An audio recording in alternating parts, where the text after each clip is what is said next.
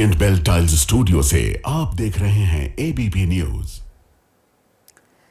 नमस्कार, ABP news पर हाजिर हूं मैं रुमाना इसार खान। दोपहर के 1 बजने को है और ऐसे में दिन की हर बड़ी खबर अब विस्तार से आपके सामने रखने का वक्त हो गया है, जिसकी शुरुआत महाराष्ट्र से मैं करने जा रही हूं, जहां नागपुर में हिंसा हुई और इस मामले में पुलिस लगातार दंगाइयों की तलाश कर रही है। अब तक 51 आरोपियों को हिरासत में लिया जा चुका है, लेकिन नागपुर में जो हिंसा हुई है उसी से जुड़ी इस वक्त एक बड़ी खबर ये आ रही है कि महाराष्ट्र के गृह विभाग के सूत्र ये जानकारी दे रहे हैं, नागपुर में पथराव का पैटर्न कश्मीर स्टोन पेल्टिंग की तर्ज पर, कश्मीर पैटर्न की तरह ही तुरंत पत्थरबाज नागपुर में इकट्ठा हो गए थे।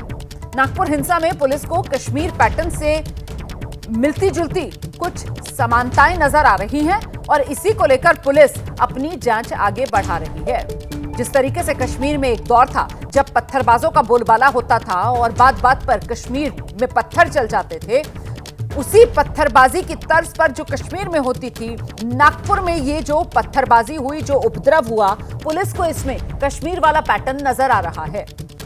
और जो बड़ी बात जिसकी वजह से पुलिस इसे कश्मीर पैटर्न से मिला रही है वो ये कि चंद ही मिनटों में ये सैकड़ों की तादाद में उपद्रवी जो पत्थर चलाने के लिए सड़कों पर उतर आए। तो नागपुर हिंसा में पुलिस को कश्मीर पैटर्न की झलक नजर आ रही है। कश्मीर पैटर्न की तरह ही तुरंत पत्थरबाज जुटा दिए गए, सूत्रीय जानकारी दे रहे हैं। नागपुर में पथराव का पैटर्न कश्मीर स्टोन पेल्टिंग की तर्ज पर ही किया गया क्या, इसको लेकर भी क्या पूरी की पूरी योजना बनाई गई पहले से और षड्यंत्र के तहत इस उपद्रव को पत्थरबाजी के रूप में अंजाम दिया गया। आप जानते हैं महाराष्ट्र के मुख्यमंत्री देवेंद्र फडणवीस कल ही कह चुके हैं कि ये जो हिंसा हुई है वो सुनियोजित थी। हालांकि जो नागपुर के कमिश्नर हैं उनकी तरफ से कहा गया था कि हिंसा सुनियोजित उनको नजर नहीं आ रही है शुरुआती जांच में।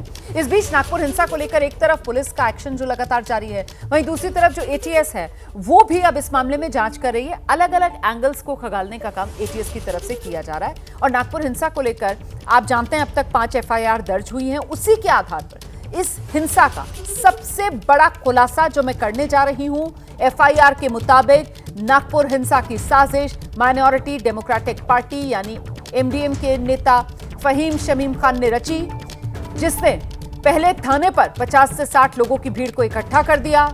औरंगजेब की कब्र का विरोध करने वाले लोगों के खिलाफ कार्रवाई की मांग करते हुए इसने नारेबाजी की। इस दौरान पुलिस ने शांति बनाए रखने की हिदायत दी, लेकिन शाम 4 बजे ये जो फहीम खान है इसने दंगे भड़काने के उद्देश्य से फिर से 400-500 लोगों को इकट्ठा कर लिया। छत्रपति शिवाजी की प्रतिमा के पास नारेबाजी करते रहे ये लोग। इस दौरान भड़काऊ नारे भी लगाए गए और पुलिस के खिलाफ भी जमकर नाराजगी की जो भावना है उसको फैलाने का काम इस आरोपी की तरफ से किया गया।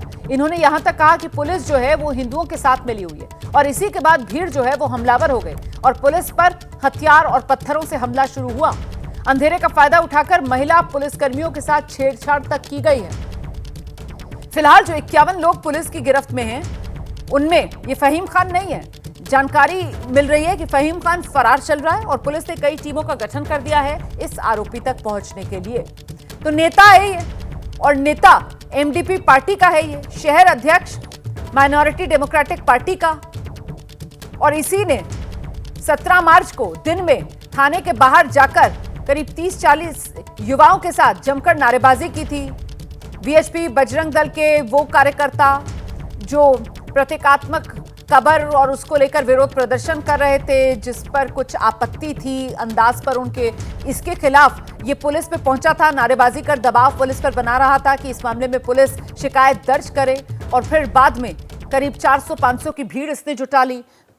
वहीं शिवाजी की प्रतिमा के पास जहां से हिंसा शुरू होने की बात सामने आ रही है।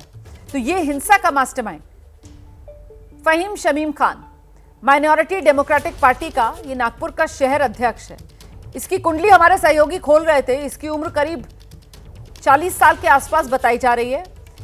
ये चुनाव भी लड़ चुका है लेकिन तब इसकी जमानत जब्त हो गई थी। अच्छा, ये जो तस्वीर है ना, ये 17 मार्च वाली तस्वीर है और देखिए ये पुलिस स्टेशन के बाहर वाली तस्वीर है। जो गणेशपेट पुलिस स्टेशन है उसी के बाहर जिस समय यही नेतृत्व कर रहा था फहीम शमीम खान, इन युवाओं को लेकर पहुंच गया था पुलिस थाने और वहां पर जाकर भी जमकर नारेबाजी की थी, भीड़ को इकट्ठा किया था। तब पुलिस पर दबाव बनाया जा रहा था कि जो हिंदू संगठन से जुड़े लोग आक्रामक तरीके से प्रदर्शन कर रहे हैं उनके खिलाफ मामला दर्ज किया जाए। उनकी शिकायत करने के लिए लोग पहुंचे थे और वहां पर भी नारेबाजी इसी के नेतृत्व में नेता यही बना हुआ था। तब तो पुलिस ने शिकायत दर्ज कर ली थी और इन लोगों को यहां से समझा बुझाकर वापस भेज दिया था।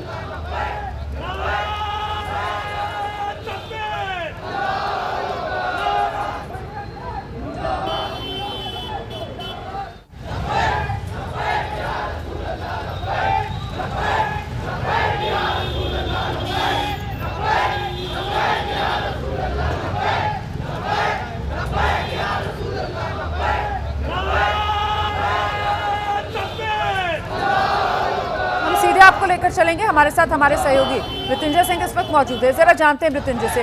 मृत्युंजय, ये थाने के बाहर जब ये लोग पहुंचे थे, नारेबाजी कर रहे थे, इस भीड़ का नेतृत्व या यूं कहें कि ये जो भीड़ थी वहां पर, यही बताया जा रहा है कि मास्टरमाइंड जो है फहीम खान, इसी ने वहां पर जुटाई थी। खुद भी वहीं पर मौजूद था या उस समय जब ये भीड़ बाहर नारे कर लगा रही थी तो ये अंदर पुलिस थाने में पहुंचा हुआ था और वहां पर शिकायत दर्ज करवा रहा था? क्या अपडेट है?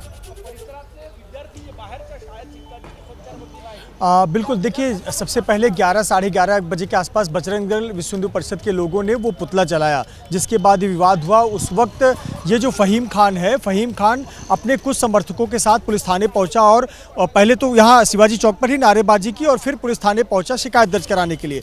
पुलिस ने कहा कि हम फुटेज मंगाकर जाँच कर रहे हैं और FIR लेंगे, लेकिन इस बीच फहीम खान ने 40 से 50 या आप तस्वीरों में दिखा रही हैं इतने लोग इकट्ठा हो गए और फिर पुलिस थाने का घेराव किया और नारेबाजी शुरू कर दी।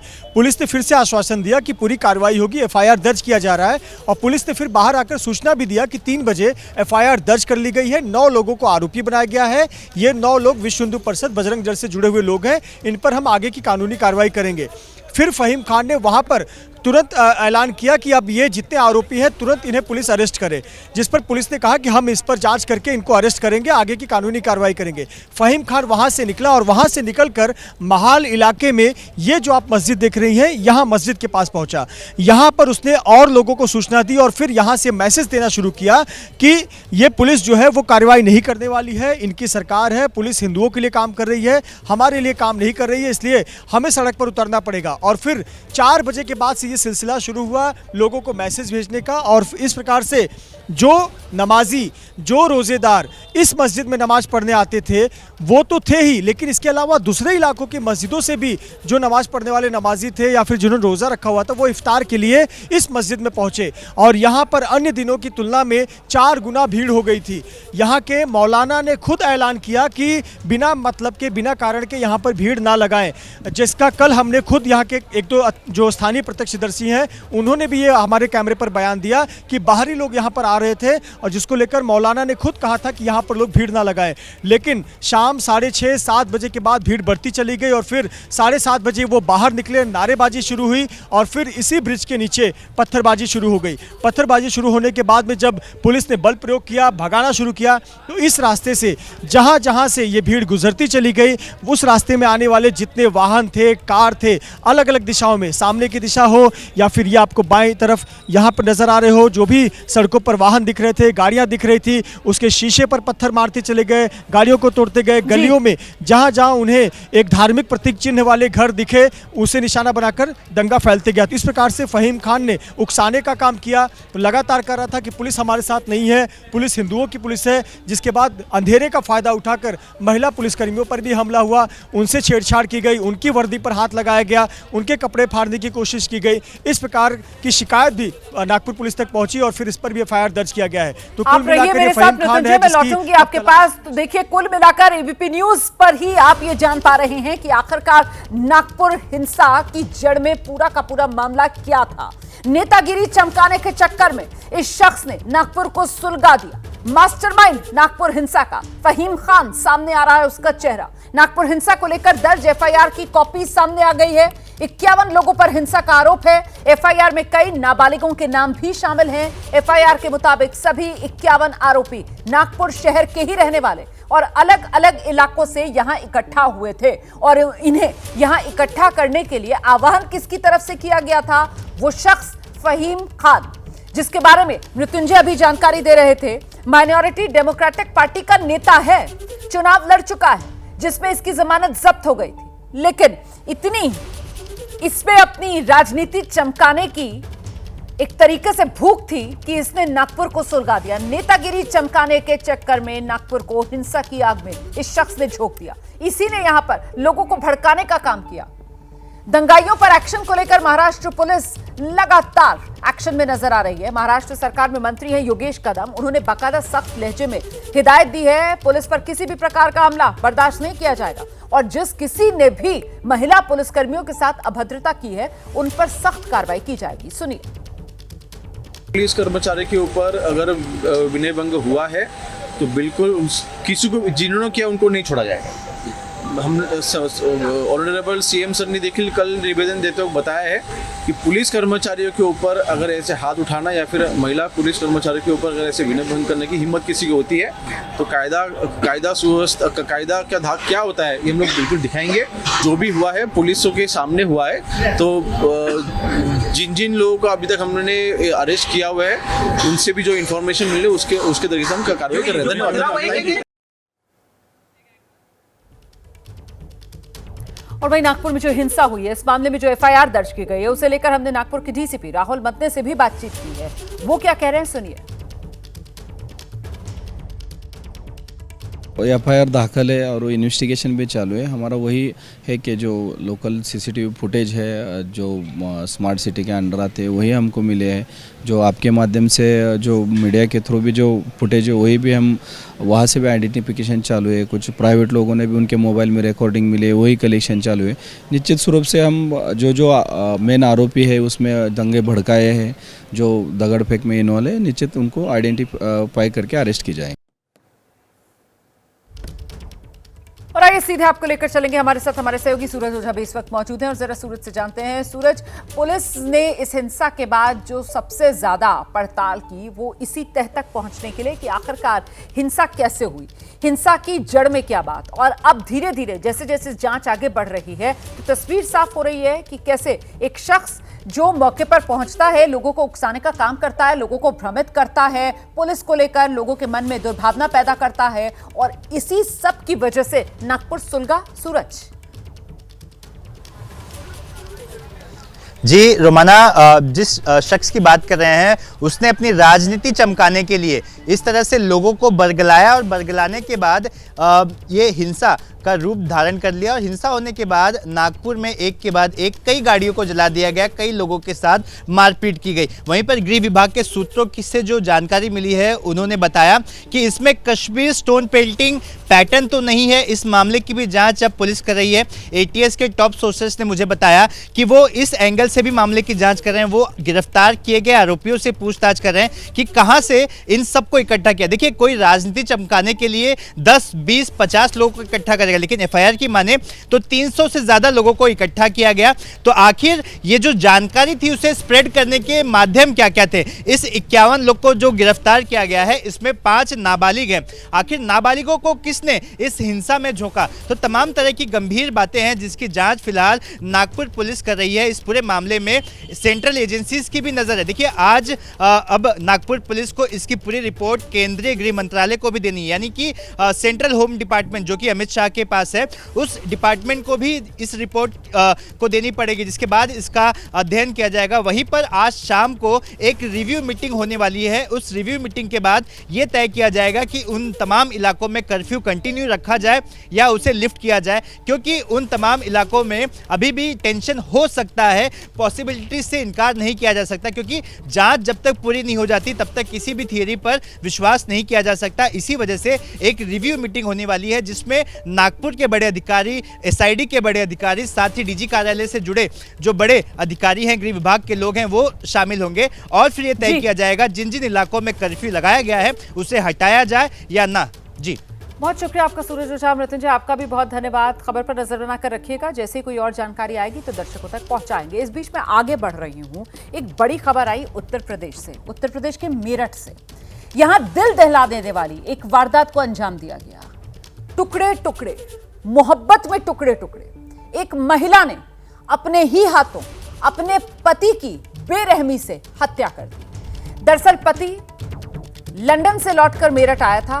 पत्नी का बर्थडे सेलिब्रेट करने के लिए पति मेरठ आया था।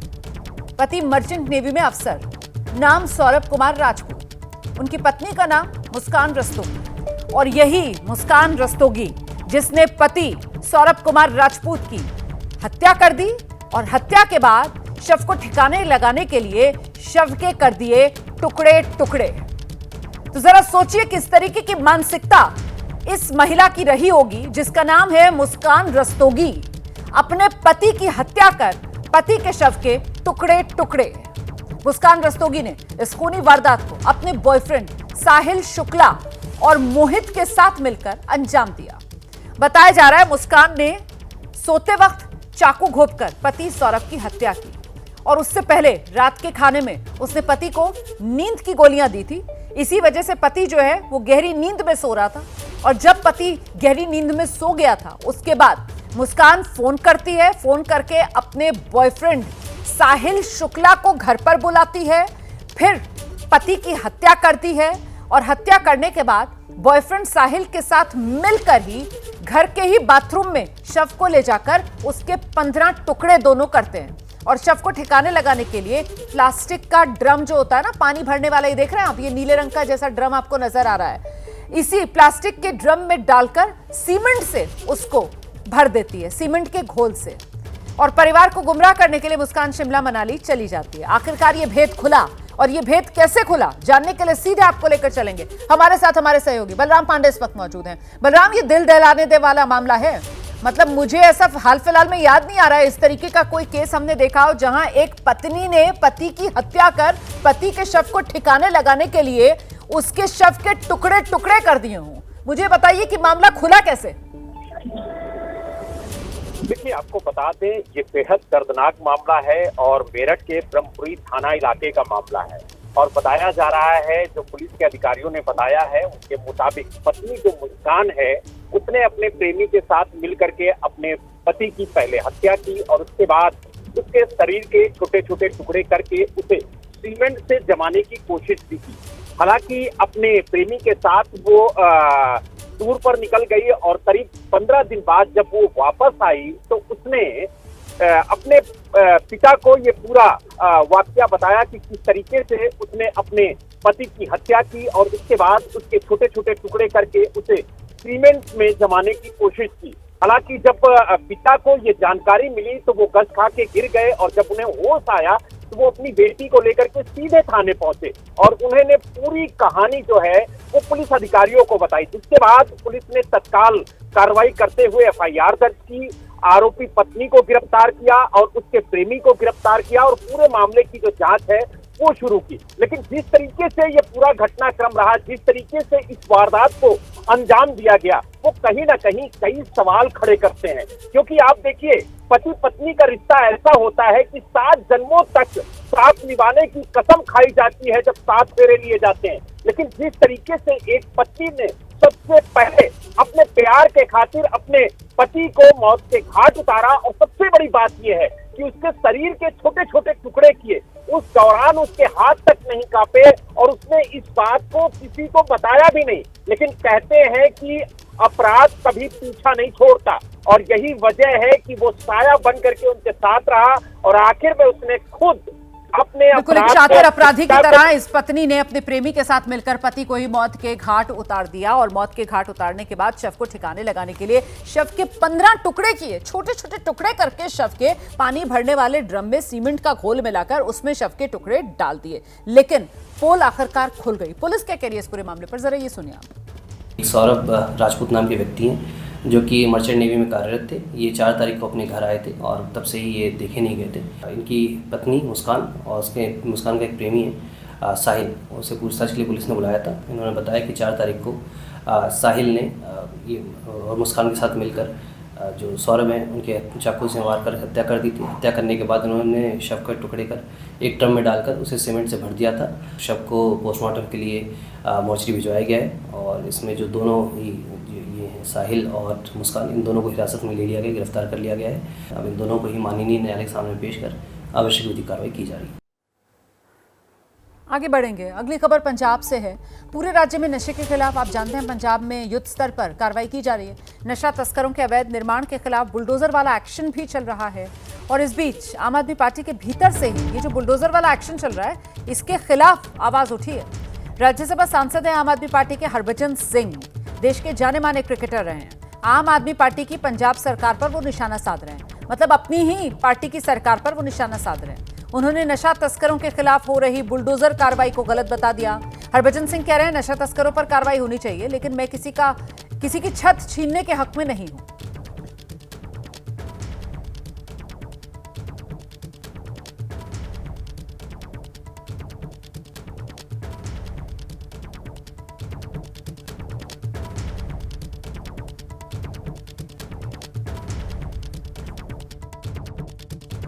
देखो नशा मैं तो कहना जी कि जे एक ऐसी चीज़ है जी कि बिल्कुल ही परिवारों ਨੂੰ ਹੀ ਖਤਮ ਕਰ ਦਿੰਦੀ ਹੈ और ਇਹ ਸਾਡੀ ਸਾਰੇ ਪੰਜਾਬੀਆਂ ਦੀ ਜ਼ਿੰਮੇਵਾਰੀ ਬਣਦੀ ਹੈ ਕਿ ਅਸੀਂ ਮਿਲ ਕੇ ਇਸ ਮੁਹਿੰਮ ਲਈ ਕੰਮ ਕਰੀਏ ਕਿ ਪੰਜਾਬ ਨਸ਼ਾ ਮੁਕਤ ਬਣਾਈਏ। और मैं ਚਾਹਾਂਗਾ ਸਾਰੇ ਸਪੋਰਟਸਮੈਨ ਵੀ ਨਾਲ ਜੁੜਨ, ਪੋਲੀਟੀਸ਼ੀਅਨਸ ਖੈਰ ਜੋ ਇਸ ਮੁਹਿੰਮ ਦੇ ਲਈ ਕੰਮ ਕਰ ਰਹੇ हैं बहुत ਵਧੀਆ। ਨਸ਼ਾ ਜਿਹੜੇ ਵੇਚ ਰਹੇ ਆ ਉਹਨਾਂ ਨੂੰ ਫੜਨਾ ਚਾਹੀਦਾ ਤੇ ਜੇ ਕੋਈ ਨਸ਼ਾ ਵੇਚ ਰਿਹਾ ਜਾਂ ਕਰ ਰਿਹਾ ਉਹਨਾਂ ਦੇ ਉੱਤੇ ਤਾਂ ਤੁਸੀਂ ਜੋ ਬਣਦੀ कार्रवाई वो करनी चाहिए।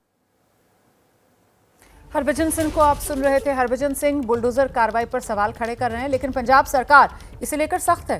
पंजाब सरकार के मंत्री हैं तरुणप्रीत सिंह सौंद, अमन अरोड़ा। ये लोग कह रहे हैं कि पंजाब सरकार की कार्रवाई तो जारी रहेगी।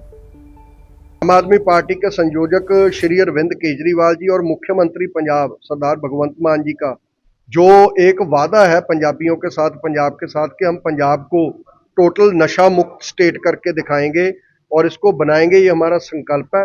और आने वाले समय के अंदर पंजाब में बिल्कुल ड्रग्स को जीरो टॉलरेंस पे ले जाना, जीरो कर देना, ये हमारी प्राथमिकता रहेगी।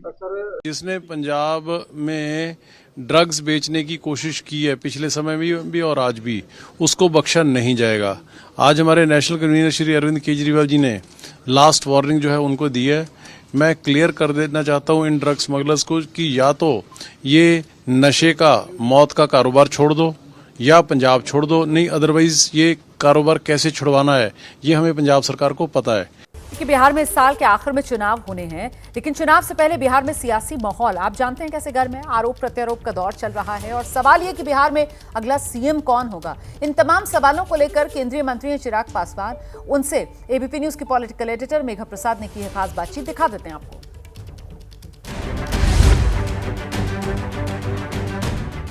नमस्कार आप सबको, आप सबका स्वागत है इस बहुत ही खास स्पेशल सेशन में।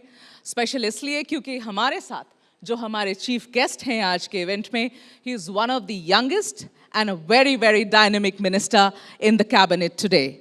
नाउ खास और भी वजह है, इसलिए क्योंकि चिराग हमारे सामने यहाँ बैठे हैं सिर्फ अपने पिताजी की विरासत की वजह से नहीं, अपनी मेहनत, अपनी लगन और बड़ा ज़बरदस्त जुझारूपन है इनमें। बहुत समय से मैं इनको जानती हूँ, इतनी छोटी सी ज़िंदगी में अभी तक इन्होंने बहुत कुछ देख लिया है।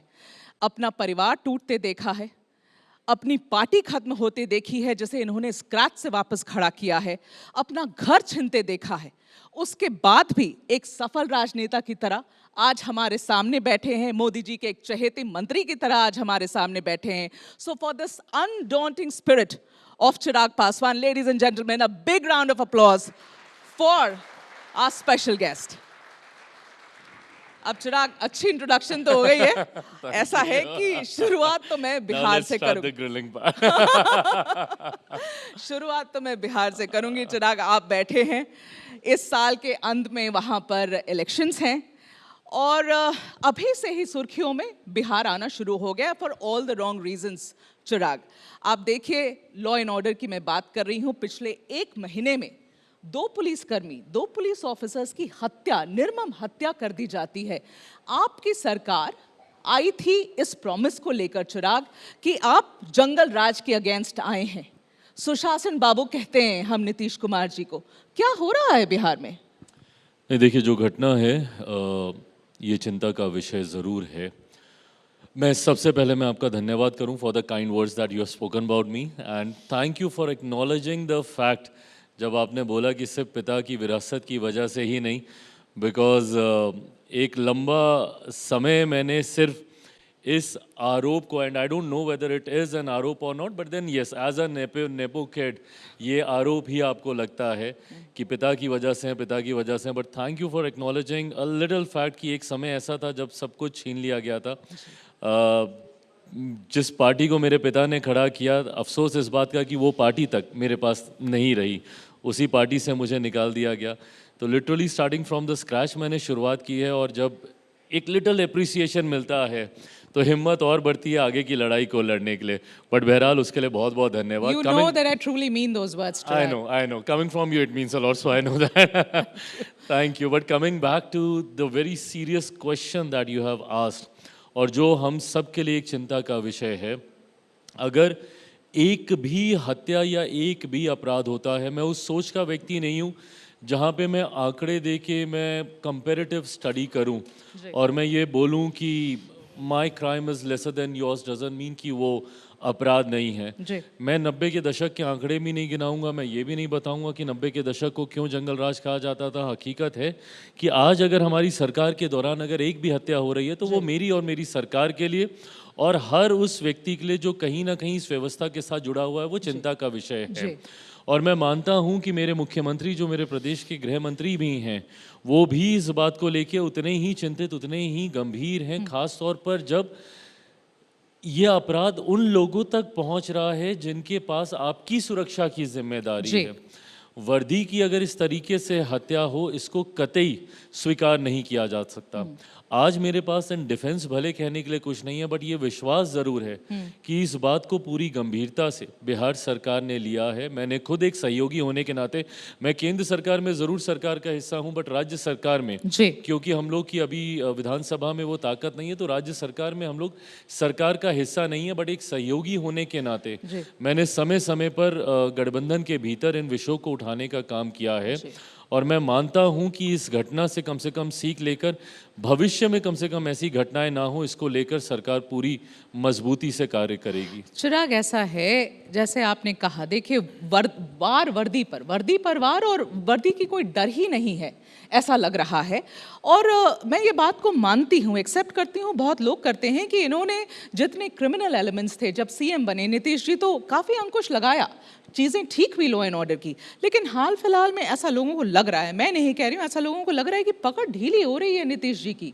ऐसा कुछ हो रहा है? नहीं, मैं ये नहीं मानूंगा कि पकड़ ढीली हो रही है, बट हाँ ऐसी घटनाएं ज़रूर सवाल खड़े करती हैं और जायज़ सवाल है। मैं कतई ना इन सवालों से मैं भाग रहा हूँ और ना ही मैं लीपापोती कर रहा हूँ इन सवालों को लेकर। ये जायज़ सवाल हैं, उठने चाहिए। हमारी सरकार आज की तारीख में इन घटनाओं को लेकर शर्मिंदा है और ये कहीं ना कहीं हम लोगों के लिए वापस अपनी वो मजबूत ग्रिप, कानून का डर होना चाहिए। मैं ये मानता हूँ जब तक कानून का भय अपराधियों में नहीं होगा और अगर इस तरीके से वर्दी के ऊपर अपराध होंगे तो यकीनन वो भय कम होगा। इसको बरकरार रखने के लिए जितने ठोस कदम उठाने की ज़रूरत है सरकार के द्वारा ज़रूर उठाए जाएंगे। जब तेजस्वी आपके राइवल वो ये कहते हैं कि कानून व्यवस्था की धज्जियां उड़ गई है, भगवान भरोसे चल रहा है बिहार, उसको क्या जवाब देंगे आप? नहीं, देखिए इतना भी नहीं कि भगवान भरोसे चल रहा है।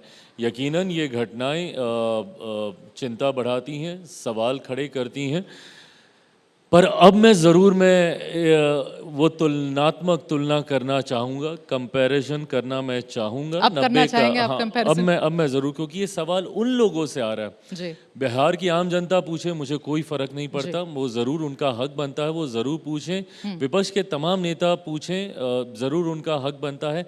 बट जब आप पूछते हैं, और मैं नेता प्रतिपक्ष विशेष तौर पर उनका मैं जिक्र कर रहा हूँ, ये 90 के उन्हीं दशक के लोग हैं जिनके समय में बिहार को जंगल राज के नाम से पुकारा जाने लगा था। ये वही लोग हैं जिनके शासनकाल में बिहार बद से बदहाल परिस्थिति में गया। ये वही लोग हैं जिनकी वजह से आज तक बिहार में पलायन नहीं रुक पाया है। आज भी जब मैं दूसरे प्रदेशों में जाता हूँ या विदेशों में जाता हूँ और बिहारी डायस्पोरा से इंटरेक्ट करता हूँ, वो दुख मुझे उनकी आंखों में दिखाई देता है कि कैसे पीढ़ियाँ निकल गईं बिहार से बाहर और वो वापस नहीं जा पाए और आज वही लोग अपने ही राज्य में प्रवासी कहलाते हैं। ये इन्हीं के दौर से इस बात की शुरुआत हुई, 90 का वही दशक जबकि इनके परिवार के ही लोग प्रदेश के मुख्यमंत्री की कुर्सी पे थे। इन्हीं के दौर में अपराधियों का मनोबल इतना बढ़ा जिसको काफ़ी हद तक मुख्यमंत्री नीतीश कुमार जी नियंत्रित करने में कामयाब रहे।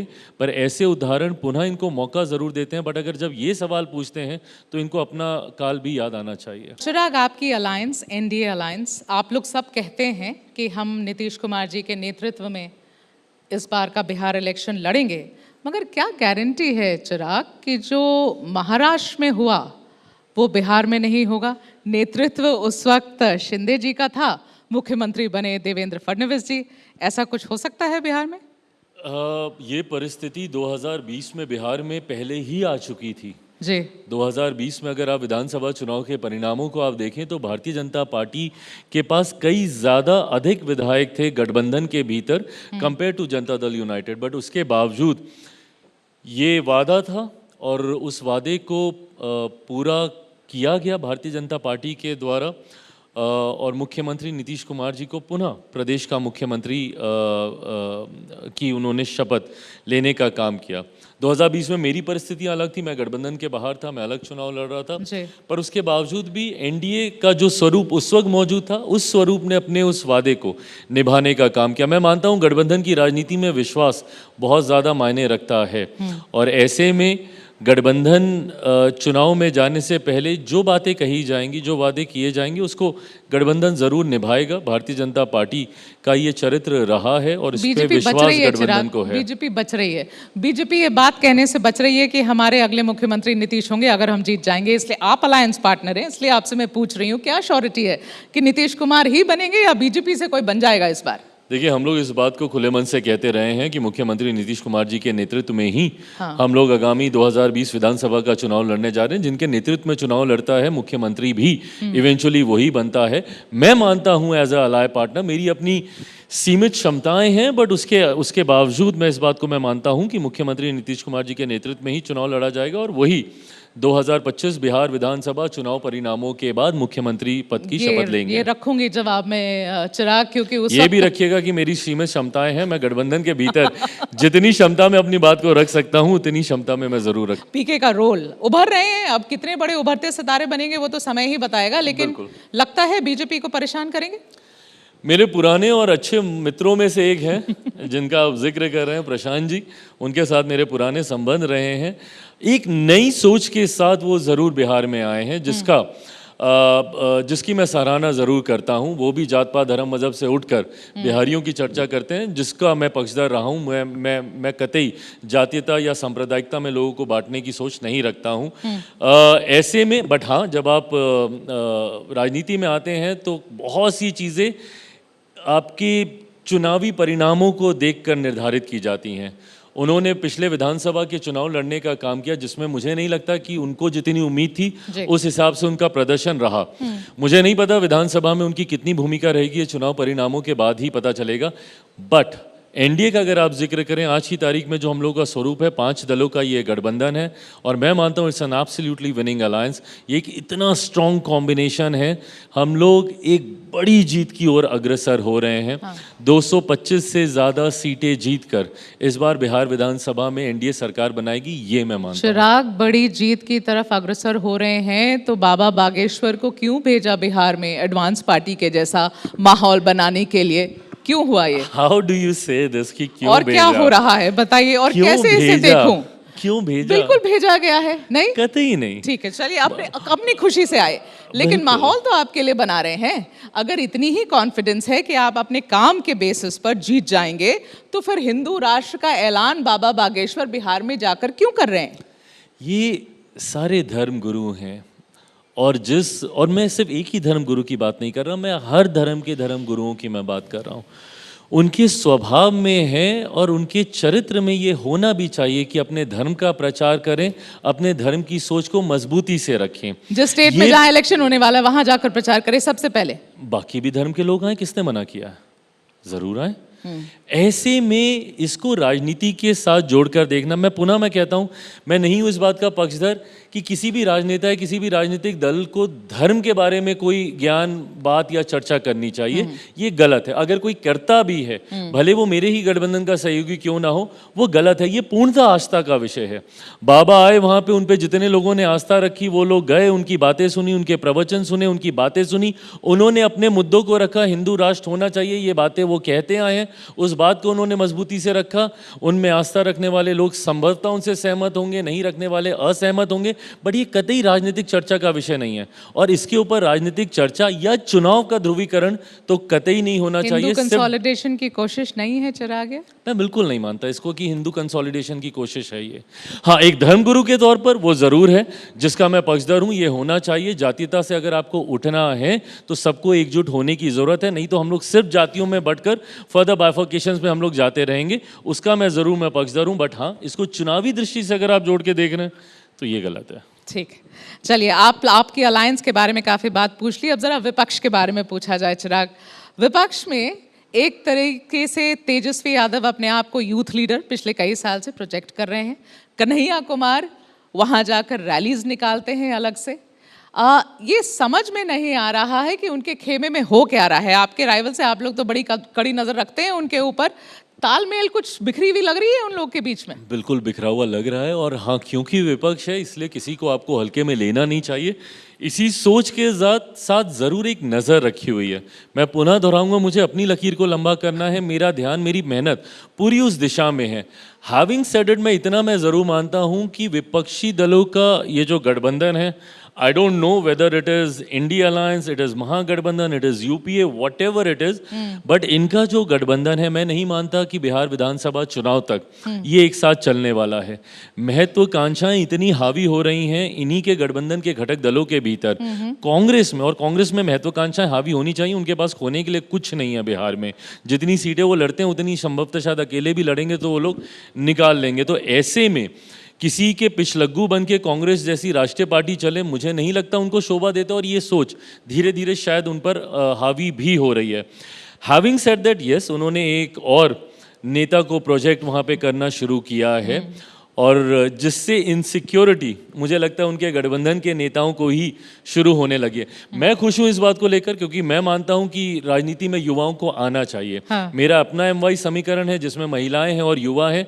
लोकसभा में मैंने अपने MY समीकरण के आधार पर मैंने चुनाव लड़वाए भी, जितवाए भी। 5 में से 4 युवा हैं, 2 महिलाएं हैं। तो मुझे कतई कोई इनसिक्योरिटी नहीं है कोई युवा राजनीति में आए, बट उनके गठबंधन में ज़रूर इस बात को लेकर बेचैनी है।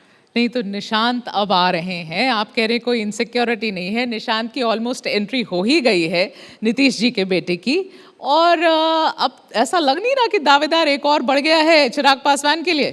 जितने ज़्यादा हों उतना ज़्यादा बेहतर है। मुझे लगता है लोकतंत्र की खूबसूरती ही यही है, जितने विकल्प आपके पास हों, लोगों के पास चुनने की सहूलियत होगी, और उसमें आपको अपने आप को बेस्ट साबित करना है ना। बेस्ट साबित करके आप निकलिए उस रेस में आगे।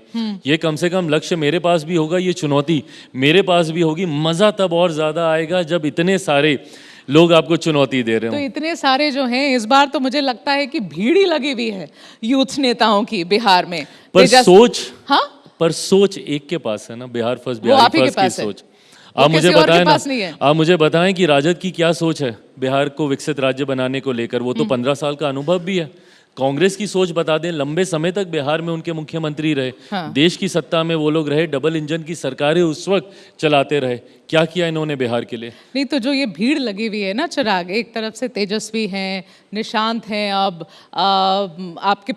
आप मेरे सामने बैठे हुए हैं, कन्हैया कुमार हैं, ये सब हैं। तो इस बार लोगों का भी ऐसा समझना है कि भाई इन चारों में से ऐसे यूथ जो नेता हैं, ये बड़े अब अपने आप को भी आइकन्स अप्रूव करने की कोशिश कर रहे हैं वहाँ के पॉलिटिकल स्पेस में। आप में से ही कोई चीफ मिनिस्टर बन जाए, इस बार हो जाए।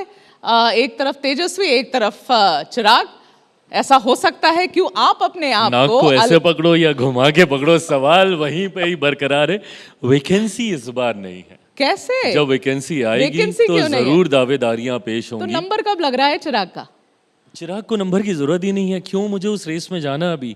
मैं एक सोच के साथ आगे बढ़ रहा हूँ मेघा जी, और मैं उस सोच को धरातल पर उतारना चाहता हूँ। किसी पद की लालच के साथ मैं आगे नहीं बढ़ रहा। मैं जिस परिवार से आता हूँ, उम्र भर मैंने ये आरोप सुने हैं मंत्री का बेटा, मंत्री का बेटा, मंत्री का बेटा, मौसम वैज्ञानिक का बेटा, सरकार किसी की भी, इनके पिता मंत्री ज़रूर रहेंगे।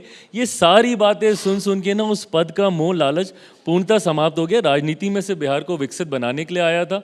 बिहार फर्स्ट, बिहारी फर्स्ट की सोच को आगे बढ़ाने आया हूँ। चिराग, देखिए महत्वाकांक्षा हर किसी को होती है पॉलिटिक्स में। सीधा पूछ रही हूँ आपसे, एनडीए अलायंस को लीड करने की मंशा नहीं है आपको वहां पर कि आप सीएम का चेहरा बने? You are one of the youngest leaders, you are one of the youngest people in the cabinet. Chirag, I think it's a question that's justified. बताइए। I like the way you provoking me. I am not provoking you, मैं तो आपसे सीधा सवाल पूछ रही हूँ। आध्यात्मिक किस्म का आदमी हूँ, मेडिटेट करता हूँ, ध्यान लगाता हूँ, बहुत धैर्य है मुझ में, बहुत पेशेंस है मुझ में। आप उसको आजमाते रहें, मैं अपने आप को आजमाने देने के लिए ओपन हमेशा रखूँगा। बट मैं कोई ना मुझे जल्दबाजी है, ना मैं किसी रेस का हिस्सा हूँ। बिहार को विकसित राज्य बनाना है। मेरे प्रधानमंत्री जी की सोच 2047 तक भारत एक विकसित देश बने, उसके लिए हर राज्य का विकसित होना ज़रूरी है। उसमें अपना योगदान, अपनी भूमिका निभाने का प्रयास कर रहा हूँ। पर आपका ट्रैक रिकॉर्ड 100% ट्रैक रिकॉर्ड है चिराग, इसलिए मैं पूछ रही हूँ, अनुभव भी है आपके पास। एक टूटी हुई पार्टी को लिटरली जीरो से खड़ा किया है आपने, संयम है आप में बहुत, जो मैंने इतने सालों में देखा है। इसीलिए कह रही हूँ, may be one of the right candidates to lead the alliance. What do you say? There you are back again. No, I'm not back at it, but फिलहाल just मुझे अपनी asking. पार्टी को लीड कर वहां पर अभी अपने आप को निरंतरता में प्रूव करने का लक्ष्य मेरे सामने है। मैं वही प्रयास कर रहा हूँ। ओके, चलिए रैप अप करूंगी इसको चिराग, पर ये बताएं, you know, you as the politician who hails from one of the most backward, still very unfortunate, but one of the most backward states of this country. I'm from there, you're from there. Tell me, Chirag, what is your vision for Bihar? Where do you want to see Bihar in the long term? जहां एक तरफ देश विकास की गति पर आगे बढ़ता रहा, बिहार जात पात धर्म मजहब में उलझकर, आयरनी हमारी जातीयता रही है। बिहार में आपको ब्राह्मण, भूमियार, राजपूत, पिछड़ा, अति पिछड़ा, दलित, महादलित, हिंदू, मुस्लिम सब मिलेगा, बट बिहारी नहीं मिलता। बिहारियों को एकजुट करके बिहारी अस्मिता की लड़ाई को लड़ना, मैं मानता हूं ये कैसे संभव होगा। बिहार फर्स्ट, बिहारी फर्स्ट के माध्यम से मैंने इन चीज़ों को फ्लैग ऑफ भी किया है, जिसमें डोमिनेंटली मैं प्रायोरिटी के हिसाब से मैं मानता हूँ शिक्षा बहुत ज़्यादा महत्वपूर्ण है। शिक्षा को हमको घर घर तक वहाँ पर लेकर जाना होगा। जब तक हम शिक्षित नहीं बनेंगे, हम जातीयता के बंधन से बाहर नहीं निकलेंगे। हेल्थ पे हम लोगों को बिहार में बहुत ध्यान देने की ज़रूरत है। कृषि प्रधान प्रदेश है मेरे विभाग की बहुत बड़ी जिम्मेदारी वहाँ पर आती है कि कैसे फूड प्रोसेसिंग सेक्टर के माध्यम से, खाद्य प्रसंस्करण के माध्यम से कैसे हम लोग वहाँ पर ना सिर्फ किसानों की मदद करें, बल्कि राज्य का राजस्व भी बढ़ाने में अपना योगदान दें और युवाओं को नए रोजगार के अवसर मिले। मेरा राज्य एक ऐसा सौभाग्यशाली राज्य है जहां पे टूरिज्म और खास तौर पर रिलीजियस टूरिज्म की अनंत संभावनाएं हैं। उस सेक्टर को हमें एक्सप्लोर करने की जरूरत है। अगर अयोध्या में मेरे प्रभु श्री राम का इतना भव्य मंदिर बन सकता है, तो मेरी माता सीता का उतना ही भव्य मंदिर सीतामढ़ी में क्यों नहीं बन सकता। आस्था को भी सम्मान मिलेगा। गुरु गोविंद सिंह की धरती है वो, भगवान महावीर की धरती है, गौतम बुद्ध की वो धरती है। इन तमाम स्थलों को जब हम विकसित करेंगे और रिलीजियस टूरिज्म के तौर पर जब इनको आगे बढ़ाने का हम लोग काम करेंगे, मैं मानता हूँ ये अलग अलग ऐसे सेक्टर्स हैं जिस पर अगर साइमल्टेनियसली हम सब ने मिलकर ध्यान देना शुरू कर दिया और उस पर काम करना शुरू कर दिया, तो मेरा राज्य सबसे पहला राज्य बनेगा विकसित राज्य, योगदान देने के लिए 2047 में विकसित देश। परफेक्ट चिराग, आप समय निकाल कर आए। आप पार्लियामेंट सेशन चल रहा है, उसमें आप समय निकाल कर आए, आपका बहुत बहुत धन्यवाद। Thank you so much. Thank you. Maharashtra के नागपुर में हुई हिंसा को लेकर इस वक्त की बड़ी खबर मैं आपको बता दूं कि नागपुर हिंसा का जो मास्टरमाइंड है फहीम खान गिरफ्तार कर लिया गया है। इस वक्त की बड़ी खबर, नागपुर में हुई हिंसा के बाद से ये शख्स फरार चल रहा था। 21 मार्च तक पुलिस की हिरासत में है आरोपी फहीम खान भी, ये इस वक्त की बड़ी खबर है।